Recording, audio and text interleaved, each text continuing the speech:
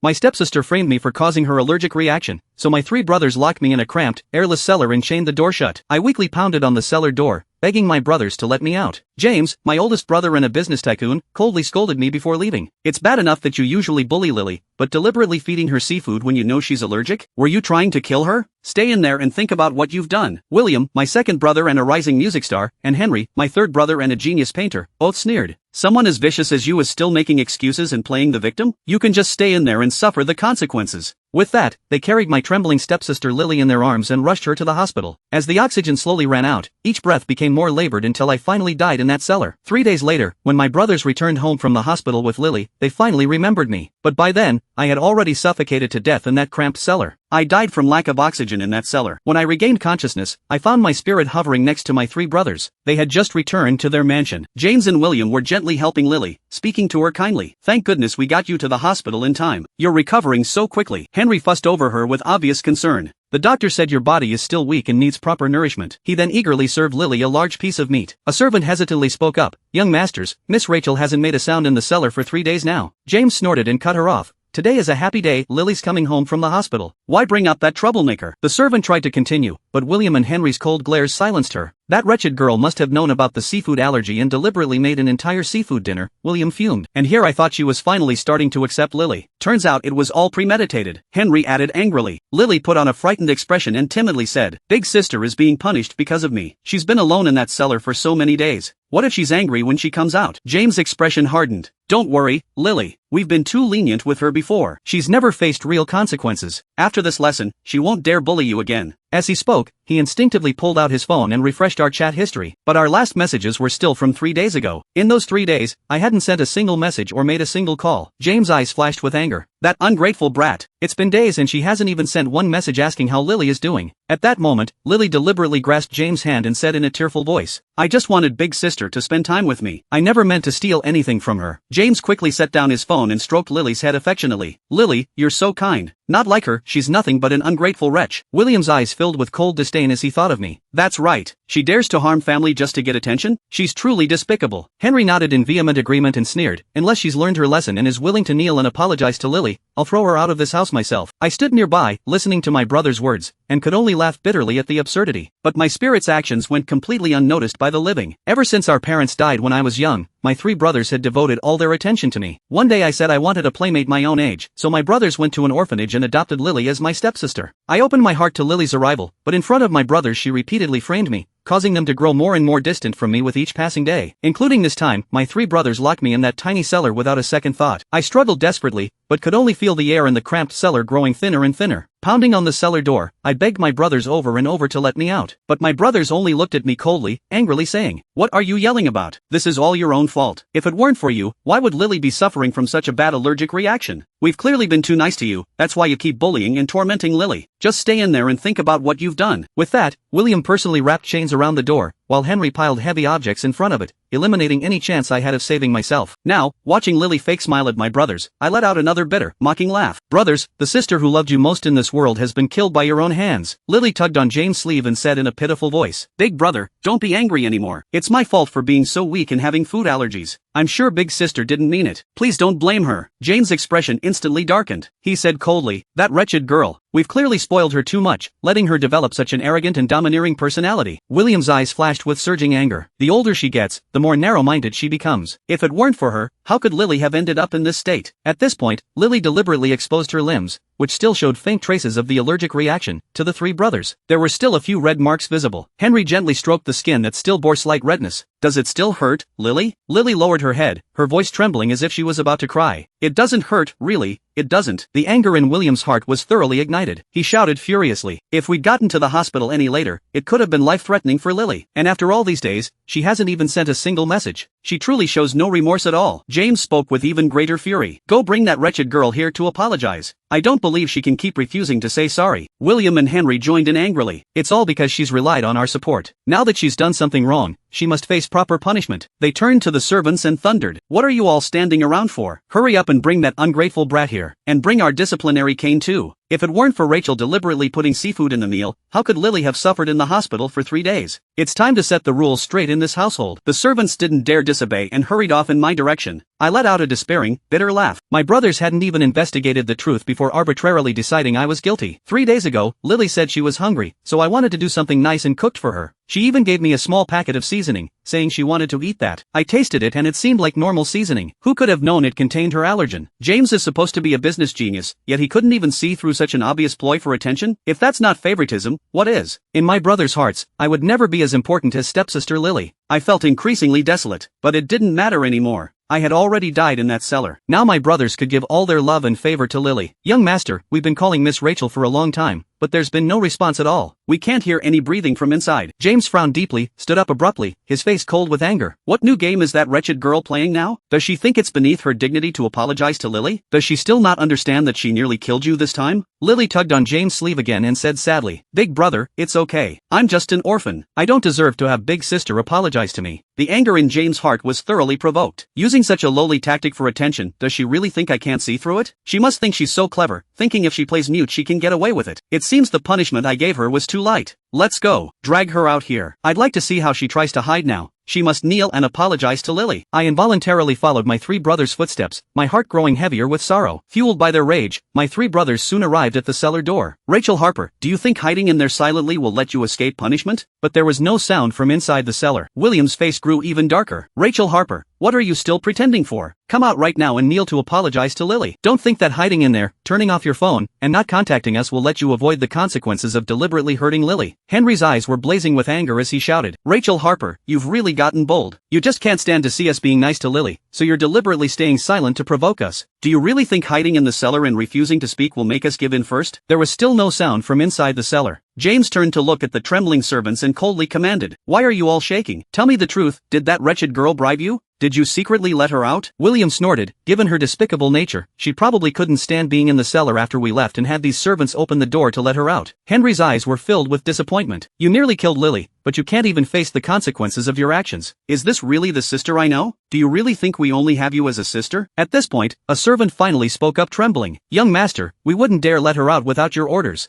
Miss Rachel has truly been in the cellar for 3 whole days now. Henry looked at the still silent cellar, a flicker of unease passing through his eyes. He walked up and pulled hard on the cellar door several times, but couldn't open it. Rachel Harper, enough is enough. I've unlocked all the locks. Are you still stubbornly holding the door shut from inside? I looked at the twisted cellar door and could only laugh bitterly. At the time, desperate to save myself from suffocation, I had repeatedly slammed against the door, just wanting to survive. But the cellar door was exceptionally sturdy. I couldn't even create the slightest gap, and could only suffocate to death in that cellar. Brothers, when you see my corpse, will you be able to give me even a tiny bit of love and bury me next to Mom and Dad? James grew increasingly agitated. He started kicking the door forcefully. The twisted cellar door opened a larger crack, and a foul stench wafted out. A servant trembled as she spoke. It smells like a decomposing body. The other 2 brothers also approached, full of rage. What decomposing body? She clearly ran away long ago and just threw a dead rat in there to trick us. Rachel Harper, do you really think we're that easy to fool? The 3 brothers grew even more impatient and all started kicking the door together. The entire cellar entrance shook again. With a loud bang, the door was kicked wide open. Along with an even stronger putrid smell, the small dark cellar was exposed to everyone's view.